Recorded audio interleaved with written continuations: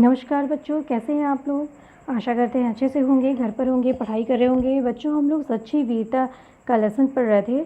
उस लेसन में हमने आपको उस विधा के बारे में बताया था, ठीक है। अब और एक पैराग्राफ पढ़ा भी चुके थे शायद। अब बच्चों, हम लोग उस पैरा के आगे पढ़ेंगे, ठीक है। और ऐसे ही टफ जो वर्ड्स होंगे उनकी हिंदी को लिखते हुए और उनकी हिंदी को समझते हुए आगे बढ़ते जाएंगे। तो ध्यान से इसको पढ़िएगा। बहुत ही महत्वपूर्ण ये जो है सच्ची वीरता निबंध है, ठीक है। और इसके जो लेखक आपको पता ही कौन है, सरदार पूर्ण सिंह जी हैं, ठीक है।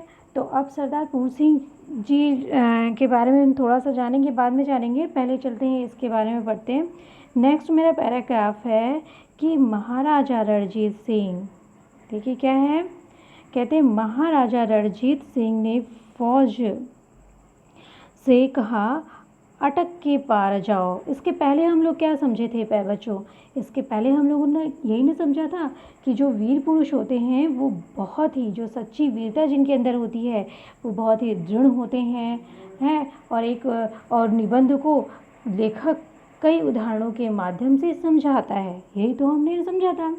हाँ, तो और उसमें बागी गुलाम और बादशाह के बीच की बातचीत को बता करके उस उदाहरण के द्वारा सच्ची वीरता को बताया था कि उस बागी गुलाम के अंदर कितनी मतलब कितनी निडरता थी। तो यानी कि सच्ची वीरता की एक विशेषता हो गई निडरता। हाँ, अब ये सब विशेषताओं को ध्यान देते हुए चलिए कि सच्ची वीर पुरुष के अंदर कौन कौन से गुण होते हैं। वो एक निडर होता है, ठीक है, स्वतंत्र होता है, आज़ाद होता है, निडर होता है, ठीक है। अब हम जो पढ़ रहे हैं, अब दूसरा उदाहरण लेखक ने दिया है इस सच्ची वीरता को समझाने के लिए। क्या कहा है, देखिए, महाराजा रणजीत सिंह ने फौज से कहा अटक के पार जाओ। अटक जानते किसको कहते हैं? अटक कहते हैं बच्चों सिंधु नदी को। किसको कहते हैं? सिंधु नदी। सिंधु नदी जानते हैं? सिंधु नदी जो होती है वो जो है वो तिब्बत के मानसरोवर साइड से निकलती है। हाँ, सिंधु जो नदी होती है वो, उसका पिक्चर्स कैसे बना है आप एक मिनट, थोड़ा सा मैं इधर जाऊँ तो, हाँ, ये सिंधु जो नदी होती है वो, जैसे ये हमारा ऐसे करके ऐसे ये भारत है ना। अब मुझे मैप तो बढ़िया सा ऐसे करके ऐसे हुआ नहीं है। देखिए इधर से जो है ये जो तिब्बत का मानसरोवर ऐसे निकल के ऐसे निकल के ऐसे निकल के ऐसे ये पाकिस्तान में चली जाती है। तो ये जो है भारत के ऊपरी इलाके से पंजाब से ऐसे ऐसे होकर के ऐसे जाती है ये सिंधु नदी। उसी को वो अटक बोले हैं, ठीक है। उसी को क्या कहें? अटक, ठीक है। अच्छा, तो हम लोग कहाँ पर थे? हम लोग तो यहाँ पर थे। हमने बस आपको समझाया है कि कहाँ से निकलती है। महाराजा रणजीत सिंह ने फौज से कहा अटक के पार जाओ, ठीक है। अपनी फौज से कह रहे हैं कि सिंधु नदी के पार जाओ, लेकिन अटक चढ़ी हुई थी। चढ़ी हुई से क्या तात्पर्य है बच्चों? चढ़ी हुई से मतलब होती है कि बढ़ी हुई थी। मतलब अटक जो है सिंधु नदी का पानी में बहुत पानी था, उसमें बाढ़ सी आई थी, बहुत बढ़ी हुई थी वो, ठीक है, बढ़ी हुई थी। और भयंकर लहरें उठ रही थीं। जब फौज ने कुछ उत्साह प्रकट न किया तब उस वीर को जोश आया। किसको जोश आया? महाराजा रणजीत सिंह को। अब फौज डर गई कि इतनी लहरें उठी हुई, हम कैसे पार करके चले जाएं। लेकिन महाराजा रणजीत सिंह ने अपने फौज को उत्साह जगाया। क्या किया? अपने उत्साह जगाने के लिए महाराजा ने अपने घोड़ा को दरिया में डाल दिया। दरिया मतलब क्या होता है बच्चों? दरिया मतलब होता है समुद्र। दरिया मतलब होता है नदी, समुद्र। सिंधु नदी है ना, यहाँ पे दरिया का मतलब क्या हुआ? नदी, ठीक है, में डाल दिया। कहा जाता है कि अटक सूख गई और सब पार हो गए। जैसे ही डाले वैसे अटक सूख गई और सब पार हुए। हुआ होगा भाई ऐसा। लेकिन यहाँ कहने का तात्पर्य भाई इतना है, आज के समय में तो शायद ऐसा ना हो, लेकिन यहाँ कहने का तात्पर्य ऐसा है कि यदि व्यक्ति के अंदर उत्साह हो, जोश हो, तो हर मुश्किल काम भी क्या हो जाता है, आसान हो जाता है। यदि व्यक्ति के अंदर जोश हो, उत्साह हो, तो हर मुश्किल काम जो है वो क्या बन जाता है, आसान हो जाता है। ठीक है, तो ऐसे ही उन्होंने जो है इस मुश्किल काम को उन्होंने क्या कर दिया, आसान कर दिया। तो एक सच्चे वीर पुरुष की क्या विशेषता होनी चाहिए, उत्साह होना चाहिए, उसके अंदर उत्साह होना चाहिए। ठीक है, अब ये देखिए, लाखों आदमी मरने मारने को तैयार हो रहे हैं। अब दूसरा उदाहरण है, अब फिर नेक्स्ट उदाहरण है। ठीक है, 2-3 उदाहरण दे चुके हैं इन्होंने सच्चे वीर पुरुष को द्योतित करने के लिए।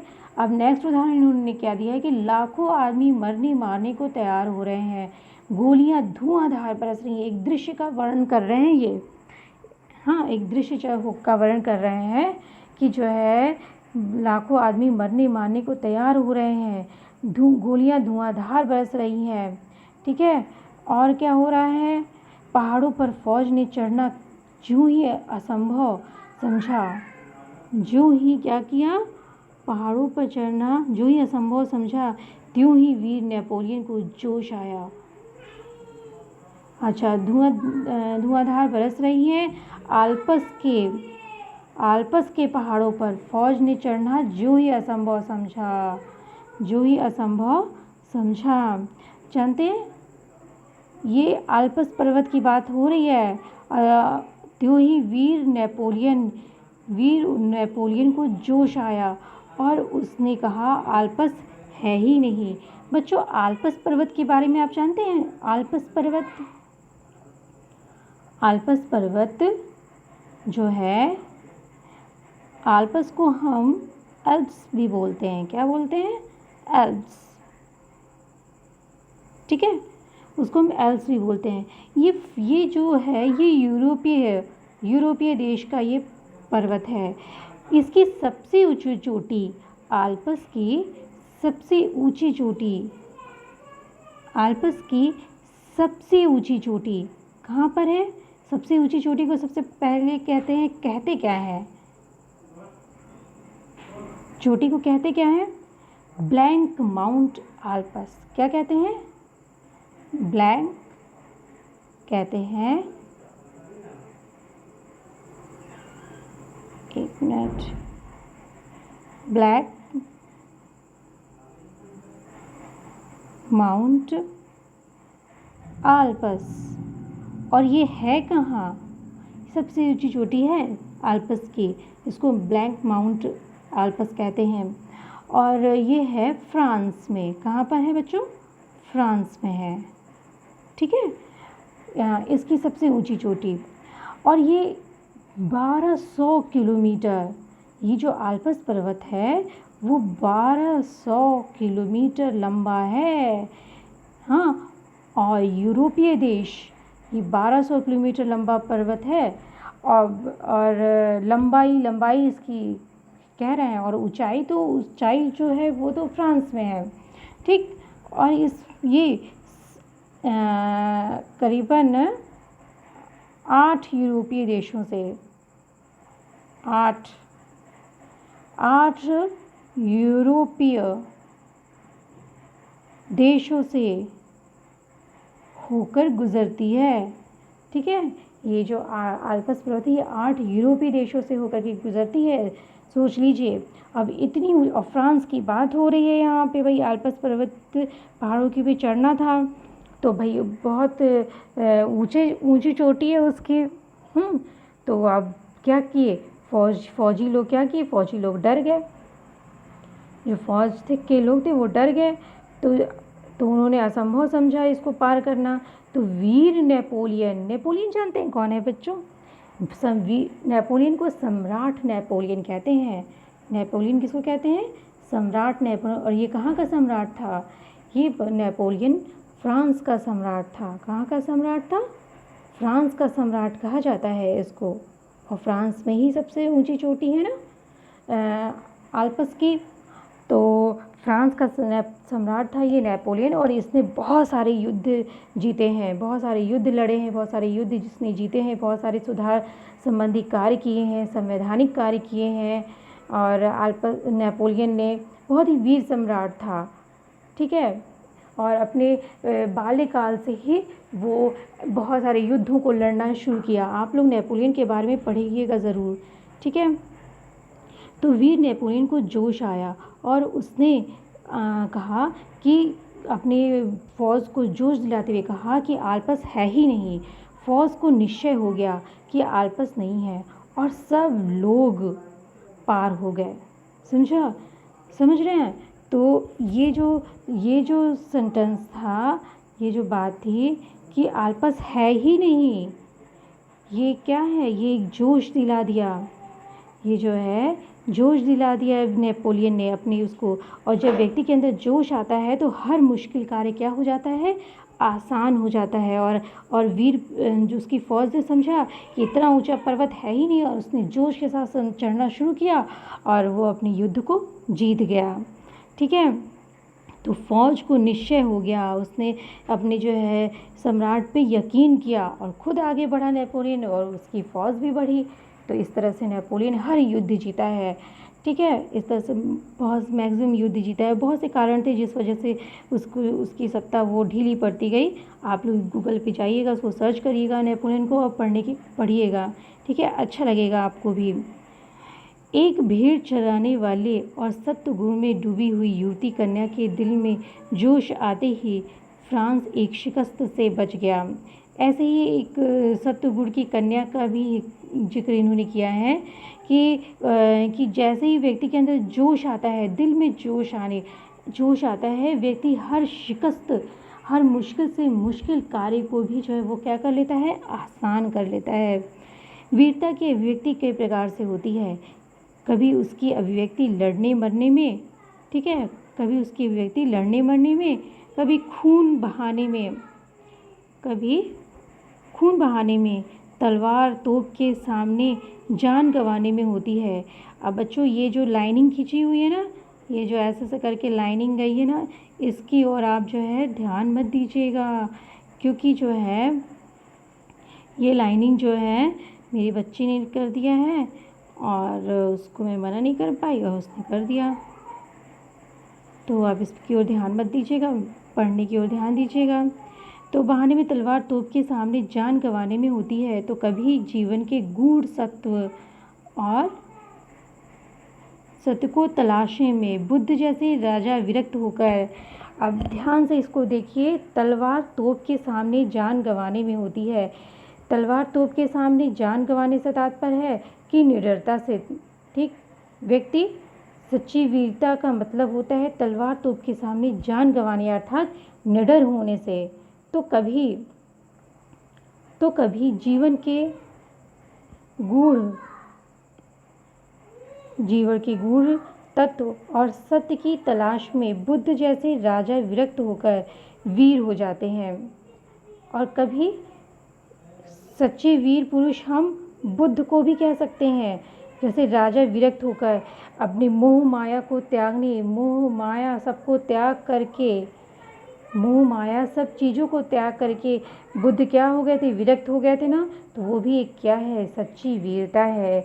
दृढ़ संकल्पी होना, उत्साह, आज़ाद होना, निडर होना, हाँ, और अपनी बात को स्पष्ट कह देना, ठीक है। ये सब क्या है? ये सब सच्चे वीर पुरुष के गुण हैं, ठीक है। और दूसरा, जोश होना, दिल में जोश होना चाहिए।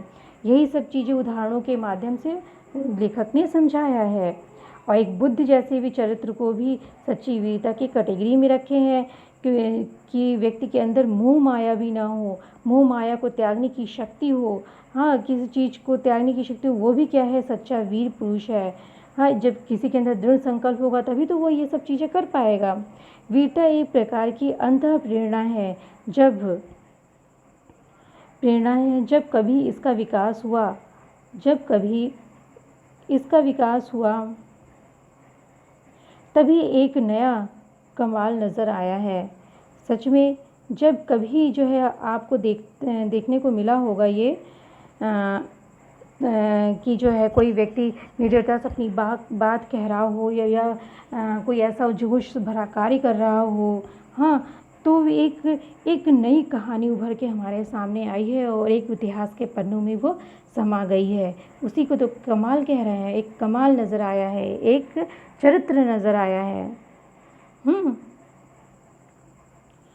एक नई रौनक, और क्या कह रहे हैं, एक नई रौनक, एक नया रंग, एक नई बहार, एक नई प्रभुता संसार में छा गई है।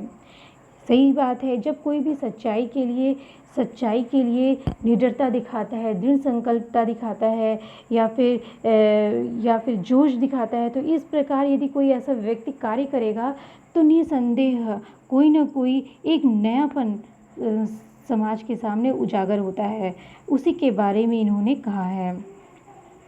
वीरता हमेशा निराली और नई होती है। नयापन भी वीरता का एक खास रंग है। तो नयापन भी क्या है, वीरता का एक खास रंग है। ठीक है, इन्होंने विरक्ति भी बताया, नयापन भी बताया, जोश भी बताया। तो ये सारे क्या हैं, गुण हैं वीर पुरुष, सच्चे वीर पुरुष के गुण हैं। नयापन, विरक्ति और क्या नाम है, जोश, निडरता, ये सब गुण हैं। वीरता देश काल के अनुसार संसार में जब कभी प्रकट हुई तभी एक नया स्वरूप लेकर आई, जिसके दर्शन करते ही सब लोग चकित हो गए। जिसके दर्शन करते ही क्या हो गया, सब लोग चकित हो गए। सब लोग चकित हो गए अर्थात जब भी ऐसा कुछ आता है ना, तो हम सारे लोगों को अच्छा लगता है कि हाँ वाह, क्या व्यक्ति है, कितना अच्छा व्यक्ति है, और उसकी लोग कितनी प्रशंसा करते हैं। तो वही कह रहे हैं कि वीरता हमेशा निराली और नई होती है। ठीक है, और वीरता देश काल के अनुसार संसार में जब कभी प्रकट हुई तभी एक नया स्वरूप लेकर आई है। वही जो अभी हमने कहा, वही चीज़ इसमें कह रहे हैं, तभी एक नया स्वरूप लेकर आई है, जिसके दर्शन करते ही सब लोग क्या हो जाते हैं, चकित हो जाते हैं। चकित हो जाते हैं मतलब क्या होता है, चकित का मतलब आश्चर्यचकित से है, आश्चर्यचकित हो जाते हैं कि वाह क्या आदमी है, इसने अपनी बात को कह दिया, अपनी बात की सच्चाई को रख दिया। ऐसा ही होना चाहिए, लोग उसकी प्रशंसा करने लगते हैं। ठीक है, जैसे पद्य में संदर्भ प्रसंग आते हैं ना, वैसे ही गद्य में भी संदर्भ और प्रसंग नहीं होता, संदर्भ और व्याख्या करने को आता है गद्यांश की। ऐसे ही जैसे हम बातों को कह रहे हैं ना, वैसे ही आपको भी गद्यांश में कि शब्दों को आप समझे रहेंगे, तो आप शब्द के अर्थ को समझे रहेंगे, तो आप अपनी बात को आसानी से कह सकते हैं। ऐसे ही आप संदर्भ लिखेंगे और फिर उसके बाद अपने गद्य की व्याख्या कर डालेंगे। ठीक है, उसको हम अलग से समझेंगे, अलग से बाद में बताएंगे कैसे करते हैं। ठीक है, चलिए बच्चों, और इसमें जो भी कठिन शब्द आए हों और उनको अपनी कॉपी पे लिखिएगा और इसको समझने की कोशिश करिएगा। बहुत ही मुश्किल नहीं है और अच्छा है, पढ़ेंगे तो आपको निबंध पढ़ने में भी अच्छा लगने लगेगा, बोरियत महसूस नहीं होगी और निसंदेह रुचि भी बढ़ेगी।